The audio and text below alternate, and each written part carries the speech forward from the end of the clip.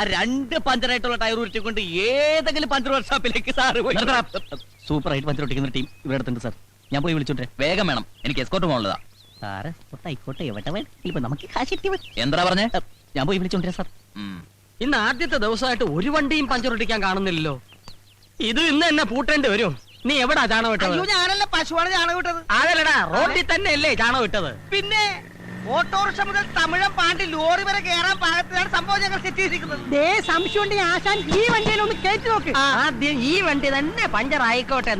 അയ്യോ ആശാനെ, എര വല്ലതും വീണോ? ഒരു ജീപ്പ് ഒന്ന് കയറിയിട്ടുണ്ട്. ഞാനവരെ പിടിച്ചിരുത്തിരിക്കാ. വേഗം വാ. Puncture Pradesh ready. ജീപ്പിക്കാരൻ തുടക്കം മോശമല്ല. ഐശ്വര്യ ഒരു അള്ളി വെച്ചാൽ ഇങ്ങനെ ഇരിക്കും.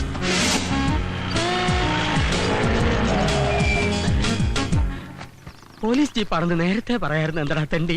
അതിനെന്താശാനെ, നമുക്കിട്ട് പണിയുന്നവരില്ലേ?